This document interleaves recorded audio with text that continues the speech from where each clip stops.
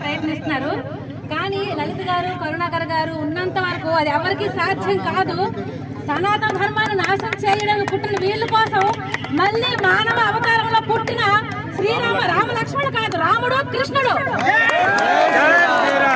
ఎవరైతే రాముడి మీద కృష్ణుడి మీద బుర్ర చల్లి మన రాముడిని కృష్ణుడిని అన్యాయంగా దూషిస్తున్నారో వీళ్ళు వాళ్ళ అవతారంలో మానవ అవతారంలో పుట్టిన వీళ్ళే రాముడు కృష్ణుడు. ఉన్నంత వరకు సనాతన ధర్మాన్ని ఎవ్వరు కూడా బురద చల్లలేరు. జై పార్వతి గారు, జై శ్రీరామ్. అందరం కూడా